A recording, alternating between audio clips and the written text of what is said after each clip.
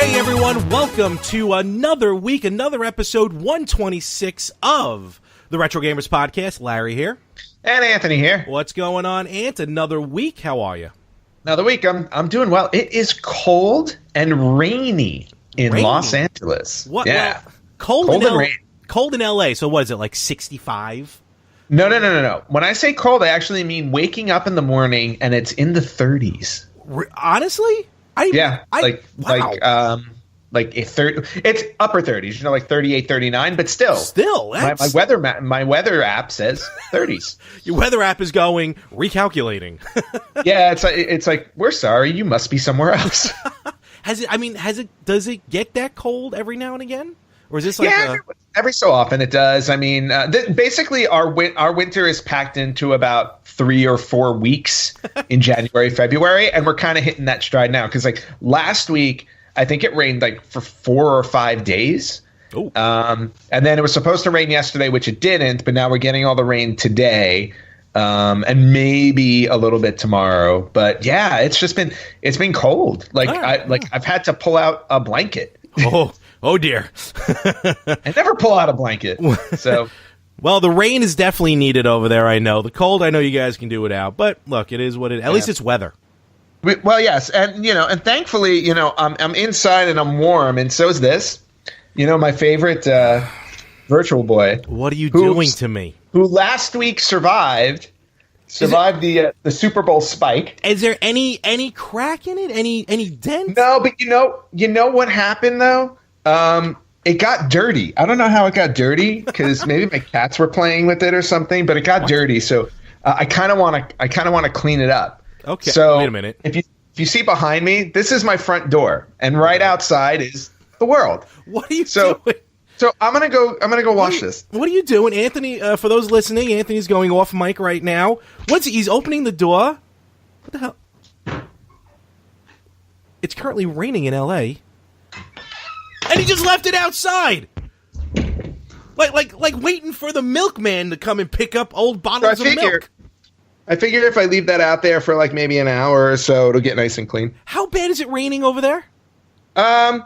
It's a light rain right now, but it was pouring not too long ago, so I'm anticipating that to happen again. Good thing there's legs on the Virtual Boy that lifts it up like a support holster. No, I turned it upside down. You're a cruel human being, I'm telling you right now. Well, yes, I know. But you've known me for over 20 years. Has that ever changed? This is absolutely true. That poor system, at this point, I'm begging you to put it out of its misery. Mm-hmm. I know. That's why I'm prolonging it. Oh, dear Lord, folks. All righty. Well, I can't wait to see what it looks like. It may freeze with those temperatures. Well, no, it's warm enough now. I think we're in the mid-40s, so it will not freeze. Good. Now it's a heat wave. Exactly. Oh, yes. All right, so this week we have some fun stuff we're going to talk about here, and I want to kick it off real quick. We were going to talk about it last week, but we had the Super Bowl. That's what I want to mention super fast. So last week, Super Bowl, first of all, the Madden NFL, the Madden 19 simulator, way off as far as score and winner. Holy cow, was it off. The Madden simulated for the Rams to win. The Pats won in. But you know what? Depending on who you talk to, it was either the most boringest Super Bowl ever or a very exciting one, depending on if you like offense or defense. Well, and that's the thing. It's like I didn't run into a single person who said it was an exciting game. Everybody said it was the most boring game. I thought like it was. I had it on, and I was just like bored to tears. I gotta say though, our simulation, that's what I want to talk about. We simulated using Tecmo Super Bowl, which was on the NES from 1991, and the simulation was better than the actual game, in my opinion. It actually was. There were some exciting moments in that simulation that we didn't get at all. I mean, there was nothing exciting about the actual Super Bowl. I was like, but Tecmo, it went to overtime, and it was great. They tied it at the end of the game. Yep. And then it went on what it was. So Super Bowl's in the books, both the real one and the simulation. We'll be back next year for that. Can I point out really quickly though? Yes. Like since Madden was wrong, ours was correct. So we're 1-0. That is true. Score was way off, but yes. The score was off, but yeah, we won. We will count it, folks. Add it to the list. So, but what we were going to talk about last week, but we saved it for this week, is a topic that I think can be included in. Well, we talk about everything now, but even in retro, depending on what system, quote unquote, you're talking about, we're going to talk about handheld games this week. Yes. And excuse me, let me be more specific. I apologize. Mobile gaming. Mobile games. So, Ant, do you have any history? Like, have you played any mobile games? And we're talking on a cell phone. Yeah, my mobile game experience is kind of low.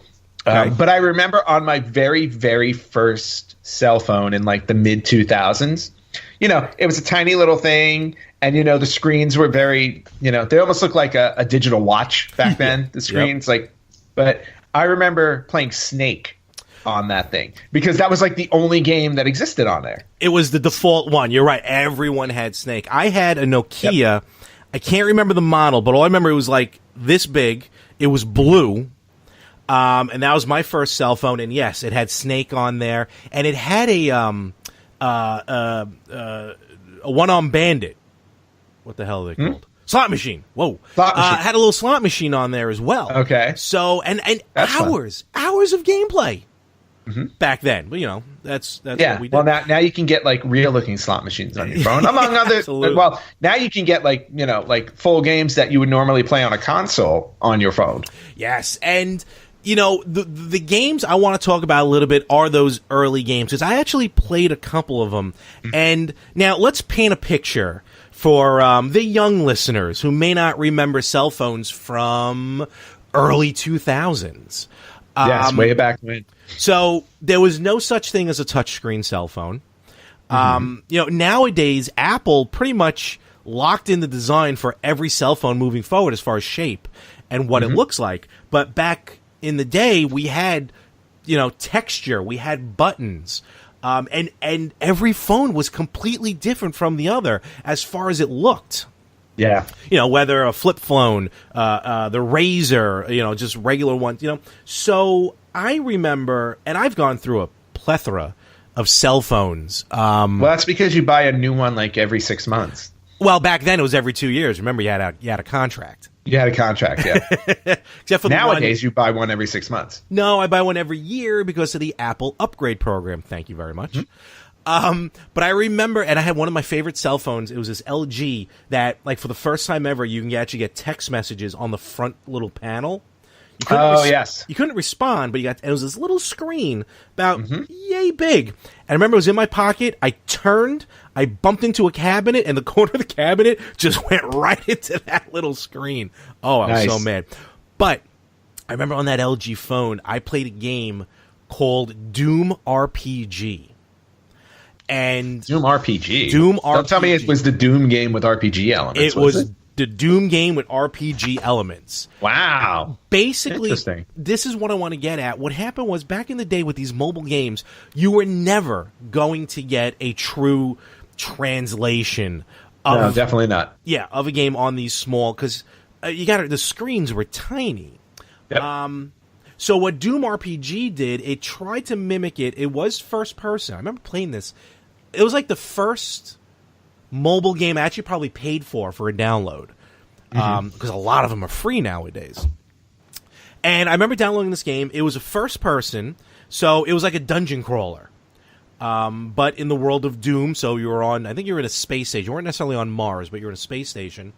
Okay. You would come across the same villains that you would in Doom, but it was almost like a turn-based system, and you did get power-ups, level-ups, hence the RPG version.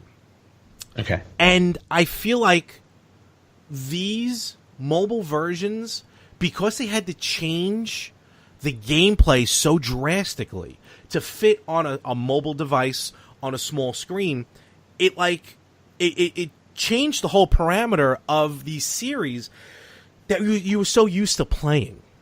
And I thought that was a really good idea. And unfortunately, I feel like with the cell phones nowadays, because they can just directly translate now, you lose a lot of that creativity. Yeah, and I can understand that, but you know, it's almost essentially like playing. Back then, it was essentially like playing a different game to a degree. But if it saves the developer's time, obviously, to just translate it over to a mobile game, I mean, you're gonna go with the easiest route that you can, as opposed to how do we rewrite the code and how do we rewrite the game so we can make it work on the phone while creating something new for it. So I get why they don't do that anymore, and especially because cell phones are basically miniature computers that we keep in our pocket anyway. Today, so, absolutely. Yeah. So we're just playing a PC. Yeah. It's just small. You're exactly right. And I get it. And look, everything evolves. Technology evolves. Today's day and age, you're right. Just port the game over. Sega is doing an amazing job of doing that today. Sega they've released, I can't even count the number of games that they've released mobily. And we're talking some of their biggest IPs, Shining Force, Kingdom Hearts, Sonic, for crying out loud. It is kind of crazy, especially when you're talking about games like Kingdom Hearts, because Kingdom Hearts is a really involved game, and to give Sega their due, since they've gotten out of the console business and they can only and they mainly focus on creating games, they can unload an entire library really easily because that's because their focus is on software now. But like a game like Kingdom Hearts, which is ridiculously complicated and 3D and all that, I was like, it's awesome to see that they can port it to mobile. But at the same time, I feel like there are certain games you're not going to get the same experience out of by playing on your mobile phone than playing like on your TV on an actual console. Because I wouldn't want to play Kingdom Hearts on my cell phone. No, agreed. And like the Kingdom Hearts on mobile wasn't that, again, even today, wasn't a direct translation. It almost played a little bit like Final Fantasy as far as the fighting style. So turn-based. Exactly. Sega, though, nowadays, and I remember some of the early Sega games, like, again, you weren't going to get Sonic on there, but you got games like Sonic Jump, which is basically, just going up. You're just jumping up and you're collecting coins. Because it was a mobile device, again, not so much today. Well, you can still say today. But the games need to be designed for like a quick fix. Right. Like, you only got 3 minutes before the bus shows up. All right, let me just see if I can do a quick level in a game. And wasn't that what the Mario game is? Super Mario Run, exactly. Super Mario Run. In fact, the only thing you do is jump because he's running automatically. Yeah. And, with the purpose of that, again, with the design that forces the developers to really go in a different direction with a new IP, with the same IP, I think that we should really be able to see more games like this come out, which we're kind of going to, because Nintendo's announced that they're going to do a mobile for iOS and Android, Mario Kart and Dr. Mario. Yeah, I heard about that. And I gotta say the Dr. Mario one is more appealing to me because, again, Mario Kart is one of those games where it's like I want to play it on a bigger screen than on my mobile screen. But my history with handheld systems. I'm not a fan because the screens are so small. But that's a handheld. So that kind of just what? Like, do you consider a handheld the same as a cell phone? I kind of don't. Well, I kind of do because cell phone screens have now gotten big enough where they, if you look at your cell phone and compare it to and I'm going back a ways, like a Game Gear or a Game Boy, even like a Game Boy Advance or something like that. I go, they're about the same size in some respect. If not, your phone may be bigger than, the originals, but I would say put your phone up against your DS and look at the screen size. And I bet they're not that different. Probably not. No, you're exactly right. Both touchscreen, technically. Yeah.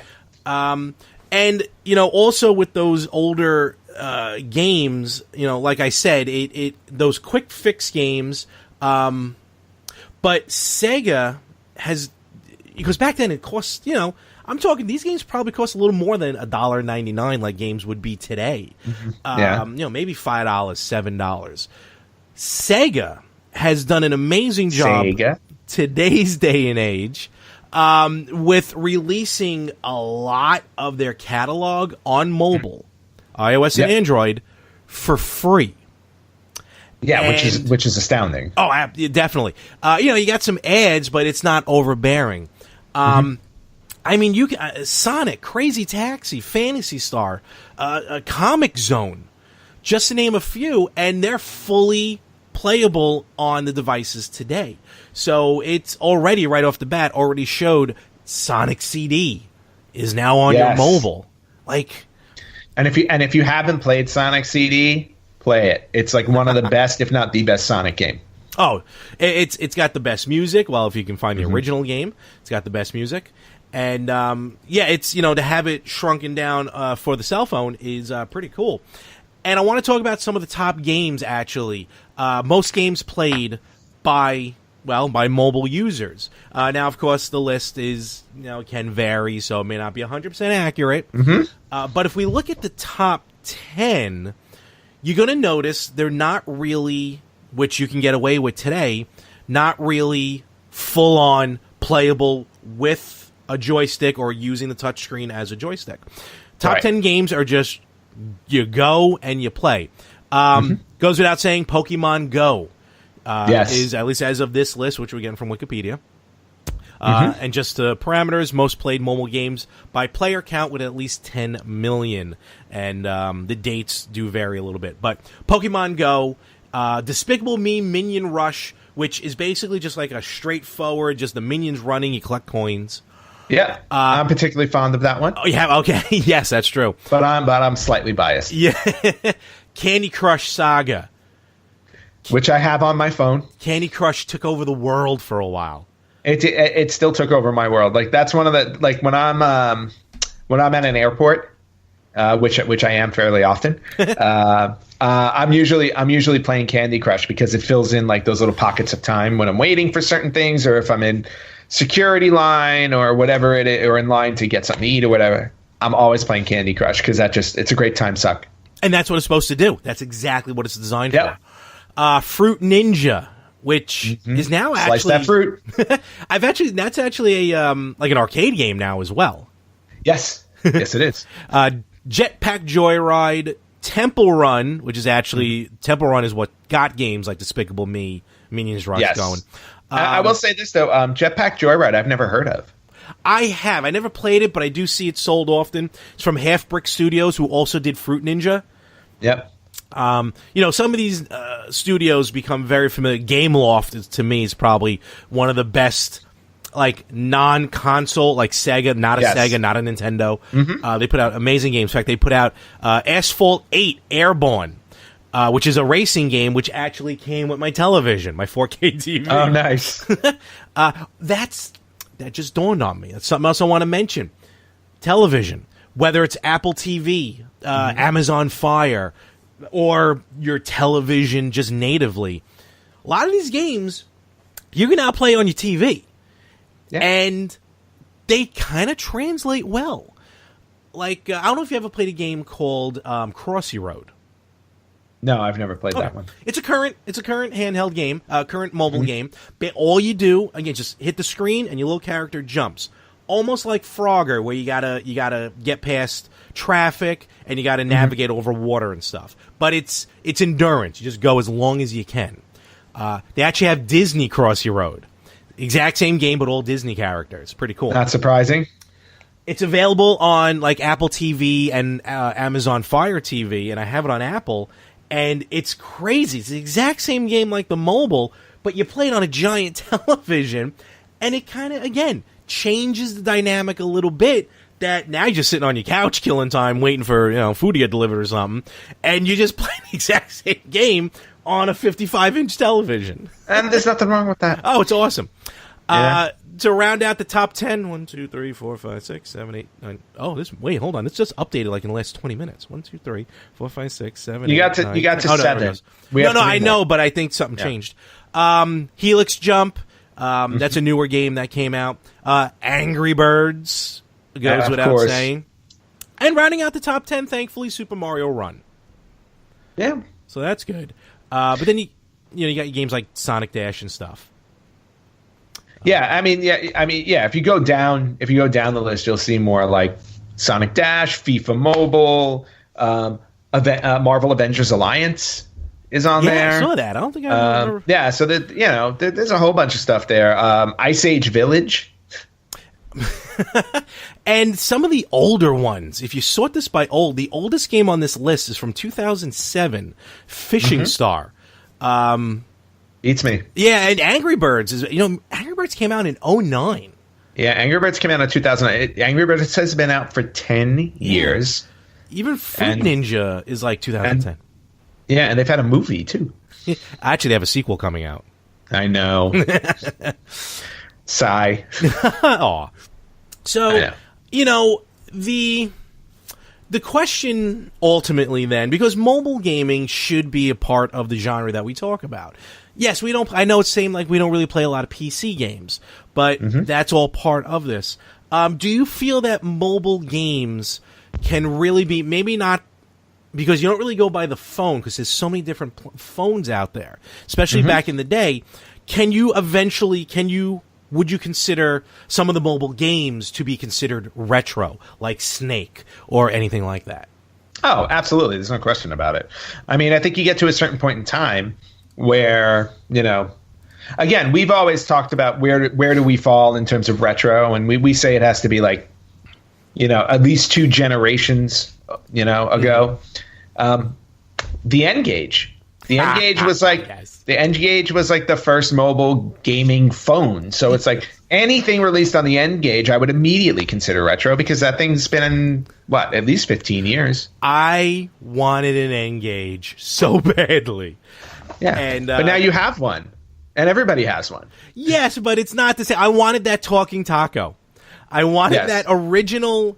The original. I bet you can still get one on eBay. Oh, I'm sure. Don't get me wrong. I'm sure people are using it as a doorstop somewhere. But can you imagine, like, you're in R&D, like, all right, Nokia, we're going to come up with a cell phone that's dedicated to gaming. And this thing came out in 2003, so this is how far back we're going. This is definitely considered. This is definitely considered a system that's retro. So you're in R&D. All right, we're going to focus on games. All right, cool. How do we put the game in? Well, you got to pop the back out, you got to pop the battery out, and then you put the card in. I'm sorry, what? All right, no way around that. Exactly. Move forward. Okay, it's going to be a cell phone as well. Cool. How are you going to talk into it? Sideways on its end. I'm sorry, what? They just had to fit everything in there. It really did. It's just like, I can't even imagine what it would have been like talking on a time. You just imagine a lot smaller than this. Yeah. Hello. Well, I mean, and you got to give Nokia credit for trying to be innovative and coming out with something first that they saw. They basically predicted that this was going to be the norm for mobile phones. So they got one to market and tried to do the first full gaming. Mobile gaming cell phone. Look, someone's got to break the eggs eventually. It's actually considered 6th generation, the N-Gage, in the series of systems. Released October 2003, lasted for 2 years, discontinued November of 2005.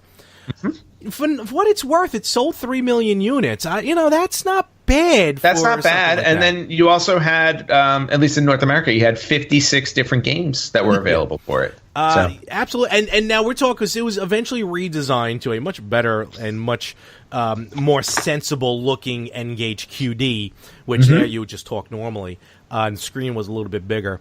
I do want to talk about a couple of games real quick on the N-Gage, because if you think about what Nokia tried to do, I mean, X-Men Legends and X-Men Legends 2. Which is crazy. Came out on this system. There's a lot going on that screen. Right? Call of Duty. Yeah, also. I mean, but then again, like Call of Duty, it's like it's from your perspective, so I can understand that one. Similar to Tomb Raider, which was also available on the N-Gage. It's that third-person perspective, so I can buy that. But things where there's a lot of stuff happening, like to what you just pointed out, like X-Men Legends, there's a lot going on that screen. Other games on here like WWE Aftershock. I was going to mention that. You are collecting your wrestling games. This, I think, is going to be the most sought after, one of the hardest games to find. I will track it down. After all, I have a contest to win. No, that's with systems. No, it just said the rarest game. I thought you said console. I thought it was the rarest console. No, it was just the rarest game or console. Yeah, I could have bought a really expensive one the other day, game wise. You could have, but you didn't. Little Samson. So, for those of you who don't know what's going on, we have a contest going for 2019. Where are the clouds? The clouds went away. Thank you. No, I need more rain. And now a hailstorm. My Virtual Boy's not clean yet. So we're doing a contest this year of who can buy the rarest game or console, and then the loser has to buy the winner. I think it was like $100. I don't remember setting a price, but okay. I thought it was $100. Well, right now you are way in the lead with the XI. I was just going to say, Larry, don't cheap out on me because you're going to be spending that $100. I really hate Josh. I do. I know. I love Josh. Right Josh, I love you. Josh at Victims and Villains, great guy. Comes up with the best contest because I'm going to win them all.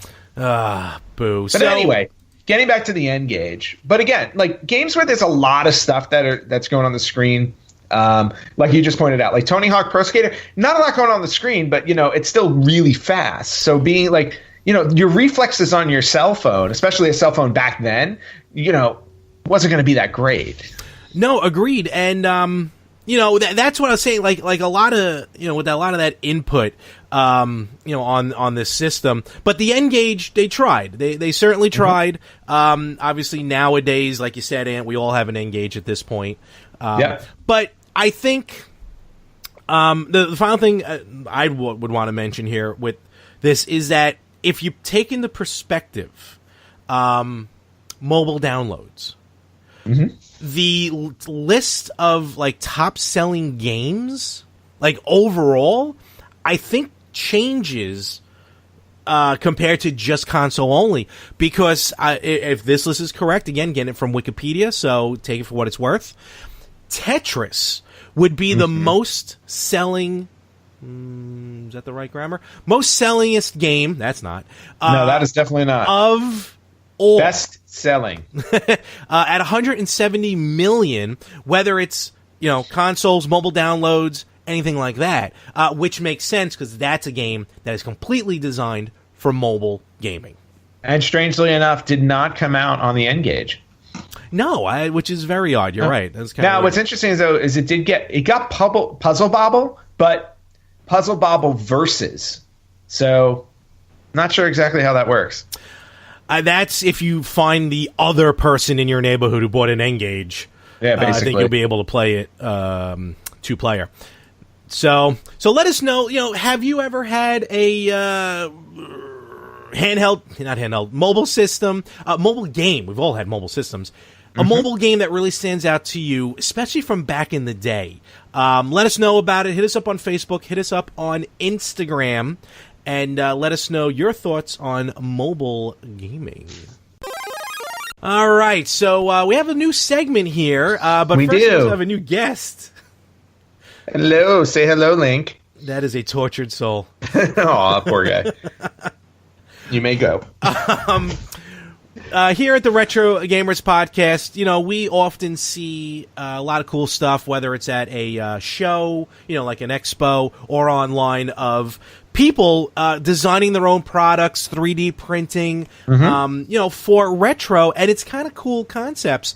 And the one I talked about recently from Mad Sunshine Creations, which you can check out their Etsy page and their Instagram, Mad Sunshine Creations, and their Facebook, was the NES Classic Switch controller holders. Yes, and that was actually a really cool and clever idea. Amongst other items that they've created. But here's the newest one that I found and I absolutely fell in love with, and I got some good news for everyone here momentarily. I'm actually going to send this to Ant. This is the first time he's going to be seeing this. Send it to him on his Facebook. Ooh, baby. So this is... Okay, my Facebook page is being weird. Is frozen now, so we can't even do the whole thing. Here we go. So wait, what is this? it's called 8-Bit Charging. You can check them out. I will, and of course, all the links will be in the description. Okay. A lot of our cell phones nowadays have what's called wireless charging or what's called Qi charging. And this company, 8-Bit Charging, has taken NES cartridges and turned them into Qi charging bases. Okay, Wireless these are bases. awesome. Exactly. I stumbled upon this, and I thought this was ingenious idea, especially for us fans. So definitely check out 8-Bit Charging. You can find them basically everywhere. Did you order one? Here's what we have happening. First of all, this is what I wanted to get to. Facebook.com/8BitPowerUp. Okay. Again, Mario tested, Luigi approved.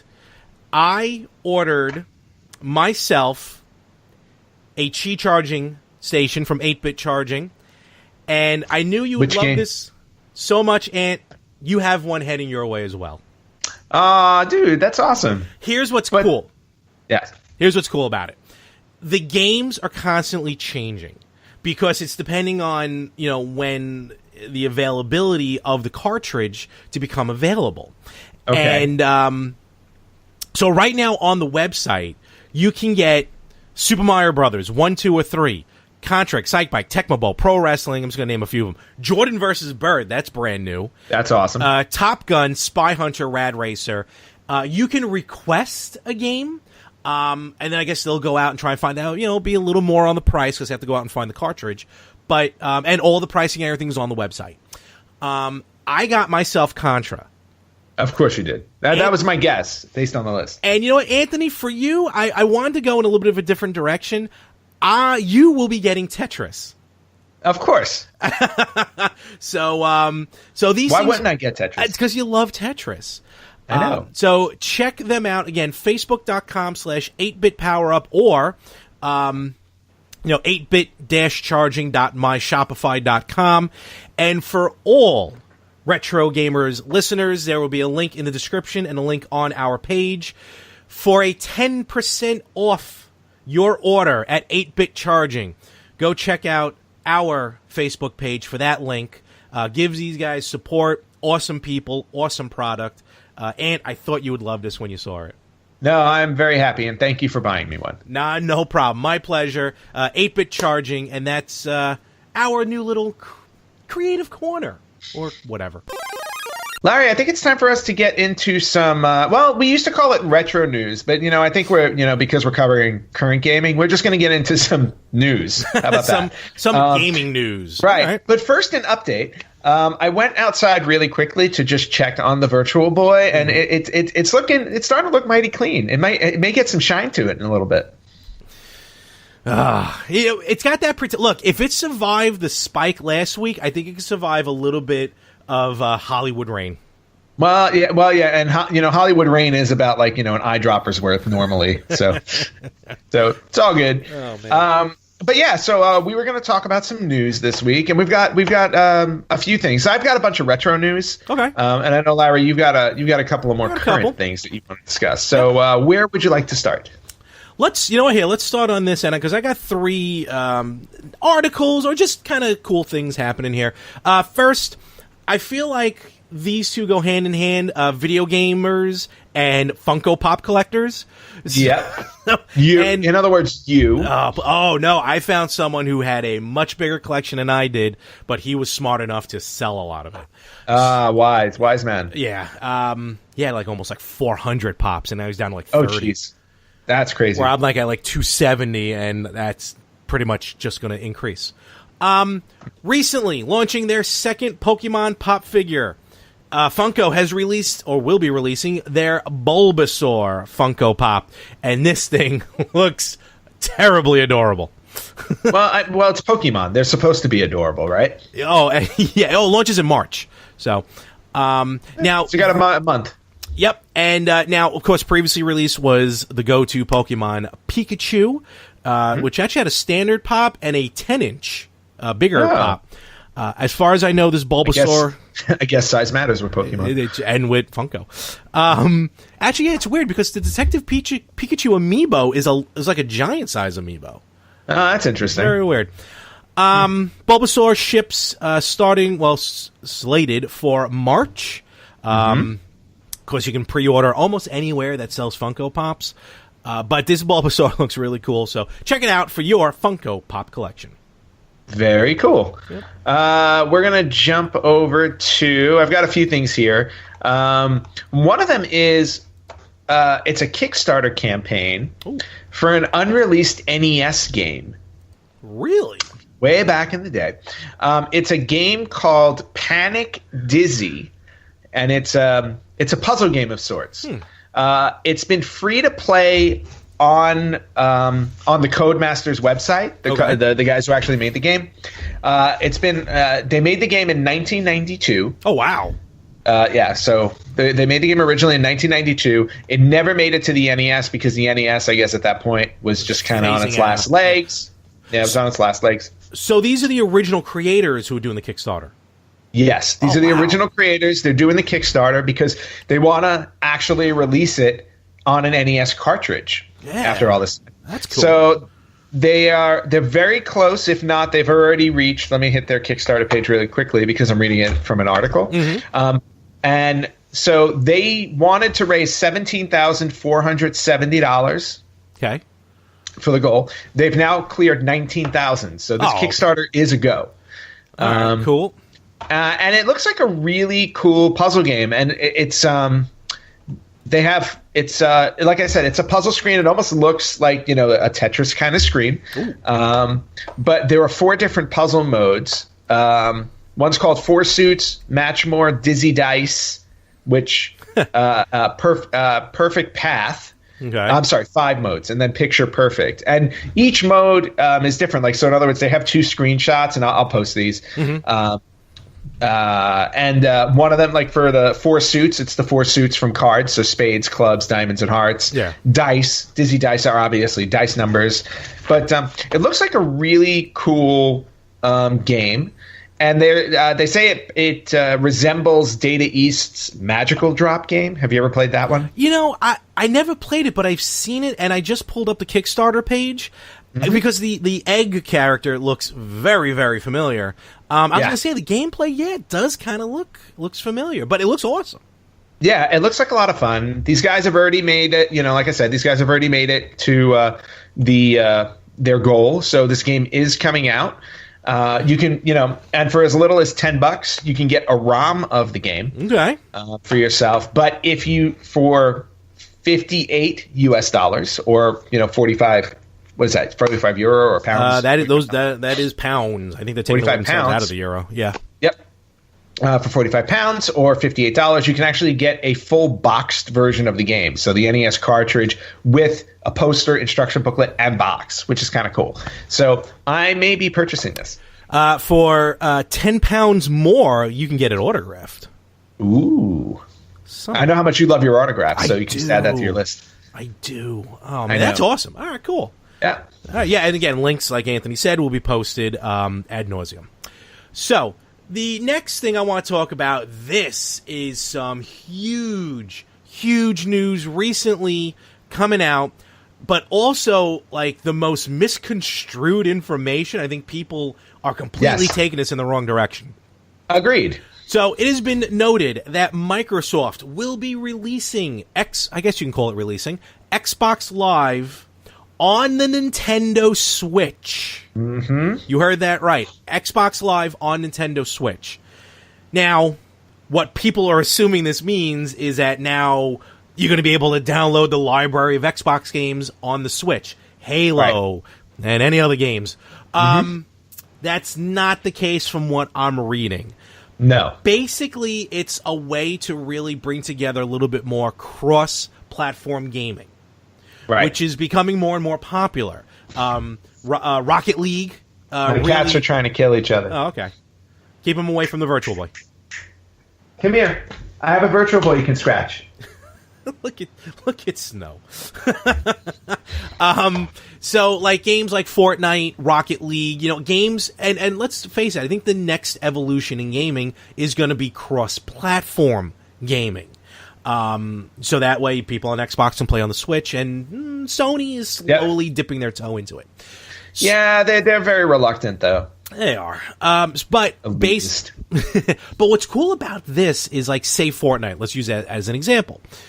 You can log in from your Switch through Fortnite into your Xbox Live account, and by playing the game, you can still earn achievements towards your Xbox, remember, like the achievement points. Yeah. So it still will carry over, and I think you earn, because there's stuff in Microsoft where, like, you can actually earn also, like money, well, not money, but, like, credit towards downloads and stuff like that, so... Yeah, no, it's a great idea. It's something that gamers have wanted for a really long time, because we wanted to see some crossover. Now, ideally, the crossover we're looking for are being able, Switch players being able to play a game with Xbox players. So, we're on our way to that, which is great. Now Sony just needs to wake up and and do the same. And again, we're kind of there. Fortnite and Minecraft do that, and Rocket League, I believe, do that today. Yes. And it's not, Switch is the biggest, like, mind-blowing news about this, but you're also going to be able to do it on Android, iOS, and PC as well. So it's kind of bringing everything together, but of course, Nintendo being Nintendo, that's the biggest part of that news. Yes. So cool.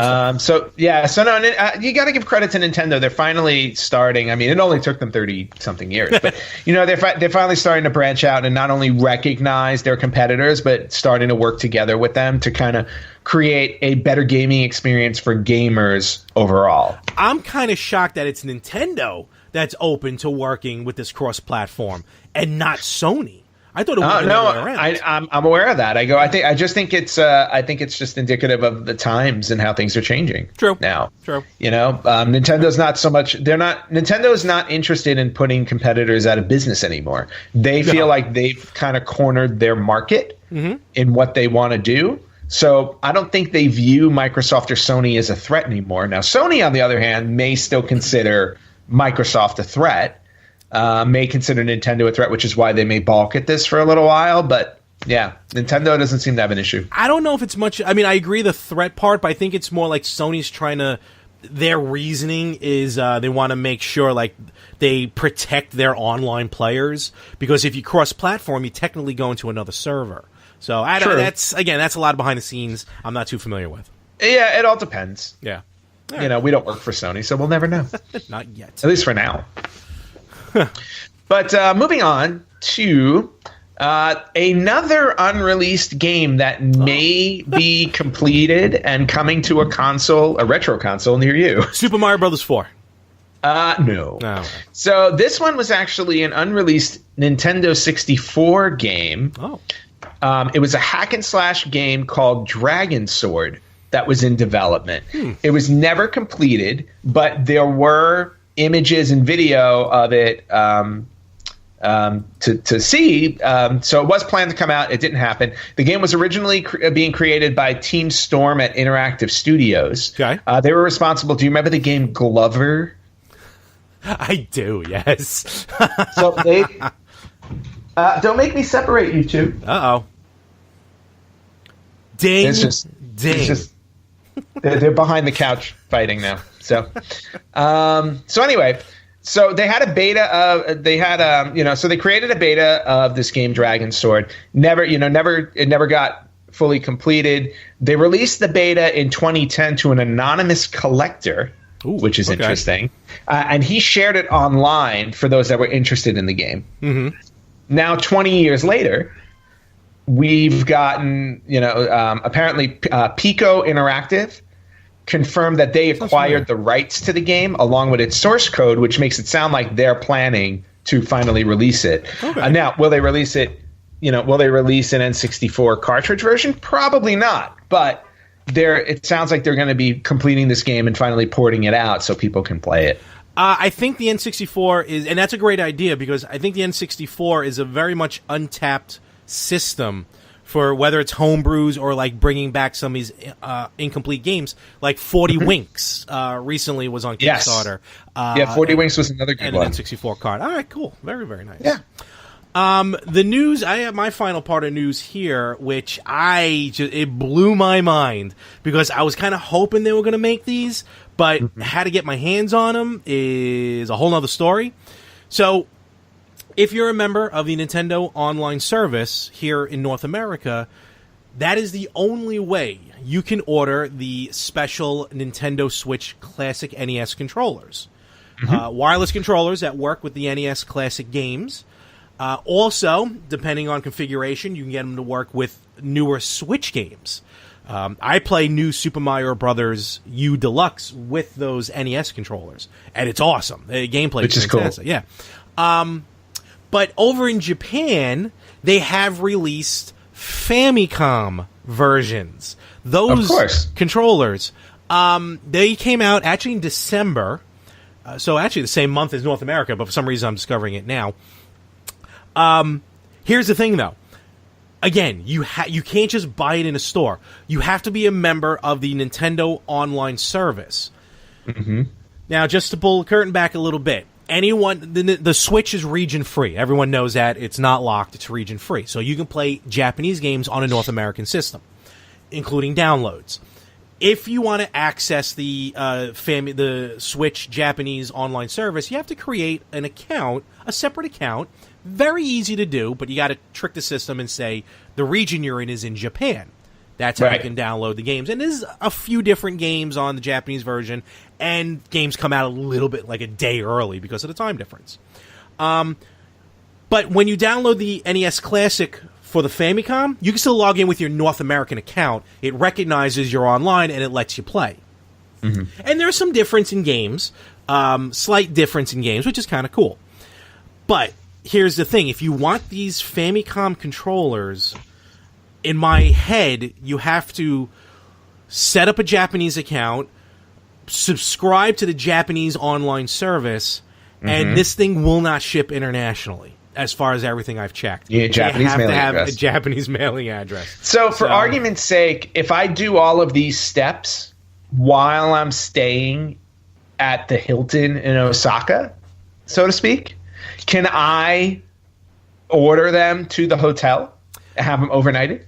I don't know, because I don't remember overnighting being an option when I ordered the NES controllers. Because there's a way for me to get these. No, I know, but I just don't. Well, get one. You're only allowed to order one. Oh, well, that stinks. Well, you know what? I mean, I'll hit up my awesome Super Potato, and I bet I can get them there. I don't think so. I'm telling you, I don't think so. We'll see. Unless they create like 50 accounts and ordered 50 of these. I'm fairly confident I can track these down. Now, here's the really cool, and this is why it's driving me batty and why I want these. Now, the Famicom Mini, which me and Ann have, and Ann has that really cool gold one, has the controllers. And as everyone as a lot of people know, on the Famicom controllers, there's a microphone on the second controller. Yep. Which was very innovative at the time, in the early mid 80s. Yeah, I mean it was you leave it to Nintendo. And one of the perks of that is in the Legend of Zelda. If you remember the original Legend of Zelda, I forgot what they were called. They look like rabbits with big giant ears. Yes. In the North American version, if you just play the whistle, all the ones on the screen die. In the Famicom version, you had to yell into the controller to defeat those enemies. Correct. Now, the microphone on the Famicom Mini is just for show. It doesn't work. It's also but the microphone on my original Famicom works perfectly fine. Well, because the keyword there is original. Yes. So I was wondering, are they just kind of incorporating the microphone just as an aesthetic piece to make it look? But according to a couple of YouTube videos that I've seen, the microphone actually works. And that's awesome. Which is now driving me up the wall, because these things, there's a website, Nintendo Soup, which is where I got the information from, and they have, as of right now, this just says in stock. The other day they had actual number, like 2 left. But it's $159.99 plus international shipping. Yeah, that's rough. insane. For controllers, that's absolutely insane. A little rough. So when are you ordering them? Well, eBay does have a couple of interesting, slightly less expensive versions. So I am going back and forth on it. Okay. Because we'll see what happens. As a collector, the collector in me wants these controllers. No, I definitely get that, but I wouldn't shell out that much money for a couple of controllers. No, not that much. Almost $200. That's a little over the top. That's a little rough. But if you can get your hands on them, check these things out. These things are awesome. Yes. All right. And then last bit of news to share today was an article that I read. Good news, bad news for Nintendo. In a way. As we know, the NES Mini and the SNES Mini. They've now stopped production on them, so they'll no longer be creating anymore. So whatever's on the shelf, whatever's on the shelf in stores is what's left. So if you haven't gotten your hands on one and you were thinking about it, now's the time to get one. However, based on their predictions, and video game analyst predictions, the SNES and NES Classic combined sales are expected to surpass the Wii U lifetime sales. Wow. In about 2 years. Wow. So they're anticipating that 2 years from now, the classic consoles combined will have outsold the Wii U, which is great for the classic consoles and kind of sad for the Wii U. The Wii U in its lifetime sold 13.56 million units. The classic consoles combined have cleared 10 million. Wow. The Wii U, I'm always going to say it was to me, it's an underrated system. It's got some great games on it. It just wasn't given its just due. But it didn't have third-party support.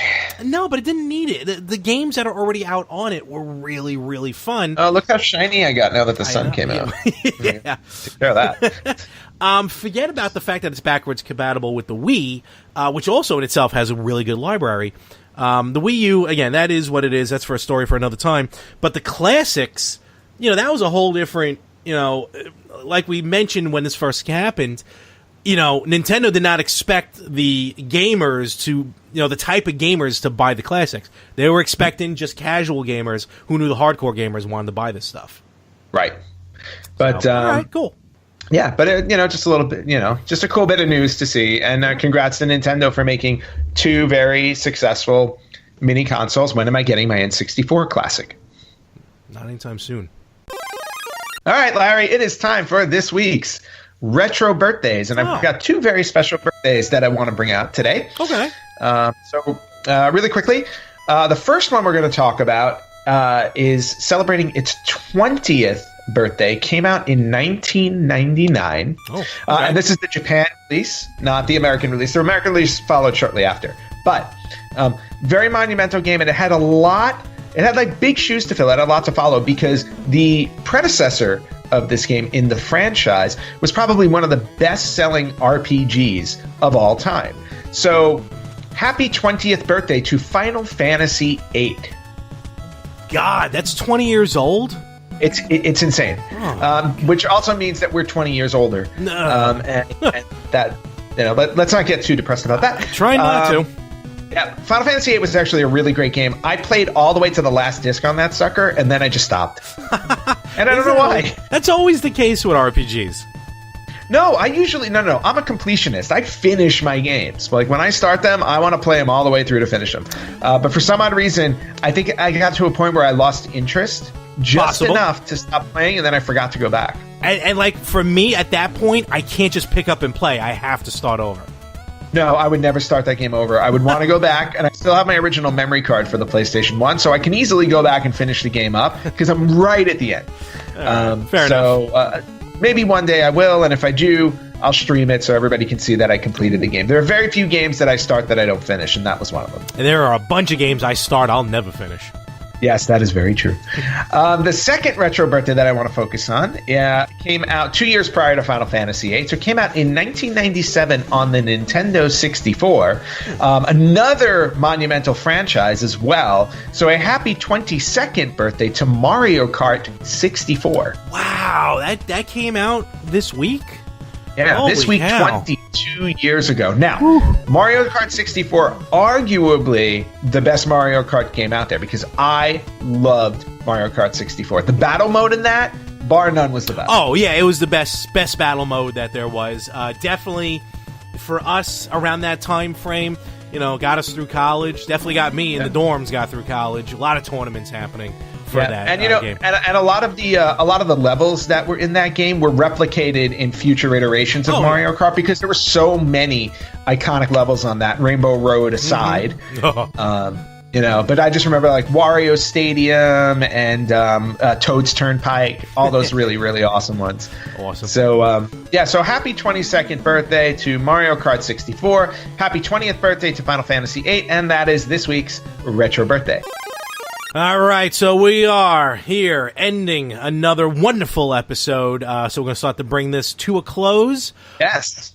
But it's been a little while. It's been a while since I've been able to really show off. You got to show off the XI. That thing was sweet.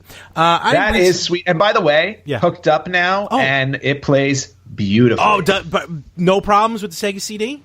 No problems with the Sega CD at all. It's fantastic. Does it have like a built-in memory, or did you still have to buy that memory cart for the Sega CD? Oh, that's a good question. I got to check that out. I haven't tried. There goes that price going up for you. Yep. So I recently made a stop to, of course, my favorite retro store out here on the East Coast, Game On. Of course. And Anthony, as you finally were able to get there during the holiday, which I'm very happy for. Hello, Tristan and Brian. Hope all is well. So so I picked up a couple of games, one of which actually on a recommendation, and the other one that I've been looking for, ever since that blasted hurricane of 2012. So first, I'm going to start with this one. This game was actually, I picked up a recommendation of Mario, who actually guest hosted here a couple of weeks ago. You can check him out over at The Rough Cut, his blog, and his podcast as well on Spreaker. You can follow him, Citizen G77. He calls this the best version of this game that there is. Really? Talking Rampage. Rampage. Is that on the Master System? On the Master System. And if you look at the back, if you look at the that is in pristine condition. Oh, I mean the box itself, absolutely. That is nice. Very nice scrap. And do you have a Master System? I don't, but I picked this up just for kind of nostalgic purposes. Fair. I do like Rampage. It's one of the few Master System boxes that's not white. Oh, because it's red. But now, forget about the box. I mean, the box is gorgeous, and this is cool. I don't see this often. I mean, maybe I just had never noticed it.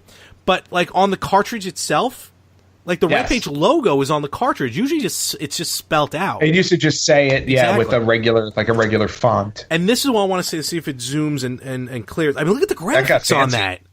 No, that looks fantastic. Now, the Master System was not, nothing to sneeze at. It was a really solid system. And the manual.